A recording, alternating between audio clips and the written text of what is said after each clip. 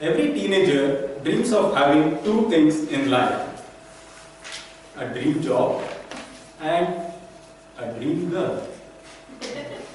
As a teenager, I was no different. I too longed for two things in my life, but they were slightly different.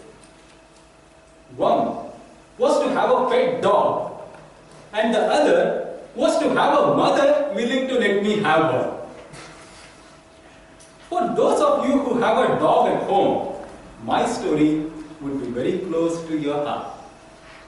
Fellow Toastmasters and dear guests, ever since my childhood, I used to jump with joy whenever I saw a dog and always fantasized of having one as my pet. As far as my memory goes, my first encounter with these species was with a little puppy who was happily minding his own business. As a mischievous child, I thought of playing with him, but he was not in a playful mood.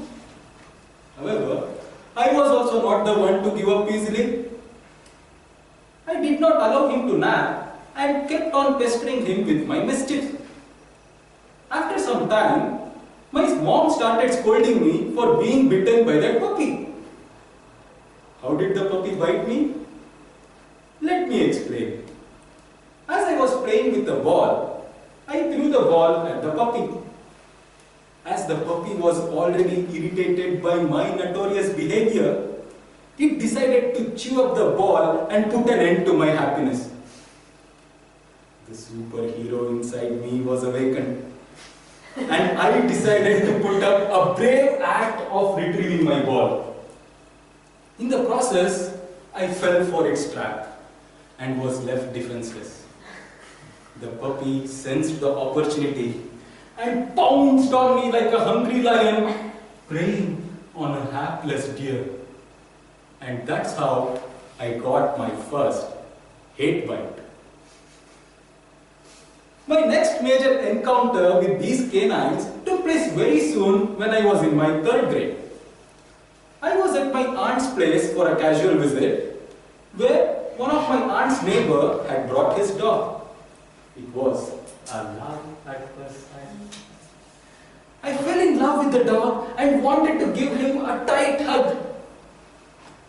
Nobody in his or her right mind would do such a thing, right? Dogs are suspicious about people in their first encounter. And that too, if a complete stranger tries to hug them, I think it should not be difficult for you to guess the consequences. You are bang on. I got a love bite this time for my failed hug. However, this time I was gravely injured. The doctor tried to inject some seriousness into me by giving a final ultimatum, saying that if a dog bites me one more time, I will go mad. My poor mother took this statement very seriously, became very protective of me from then on, and would not even allow me near any dog. Even after getting bitten by a dog twice, I was not scared of them. Instead, I developed a bonding with them. And I badly wanted one as my pet.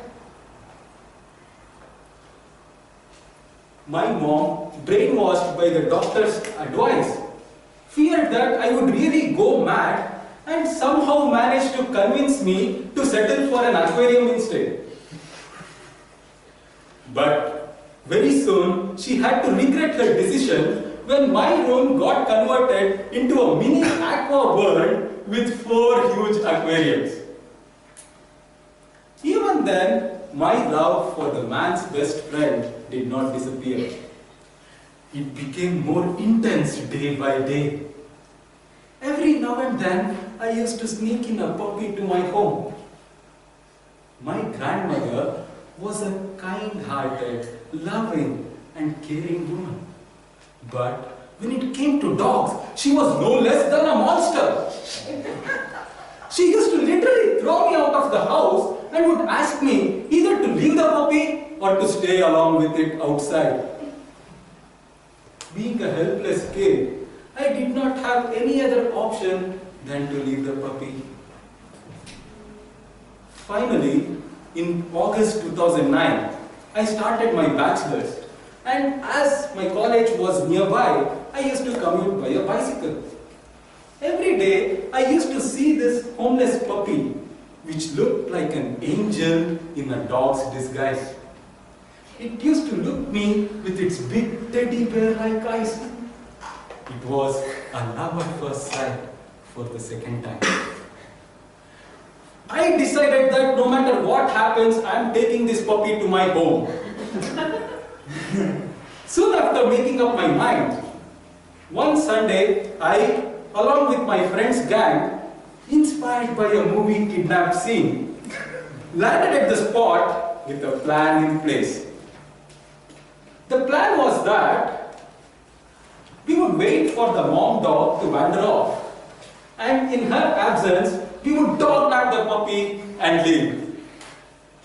Our plan was a success, and I finally landed at my doorstep with a puppy in my hand, like a movie hero introducing his lover to his parents.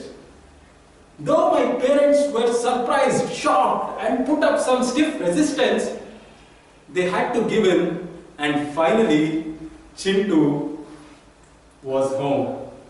So, how much ever be the fear of me turning mad a distant possibility, my madness for dogs finally persuaded me in bringing Chintu into my life.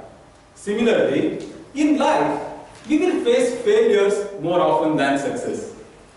However, we should be perseverant and should not give up until we reach our goal and realize our dreams, because that is how she came to my life.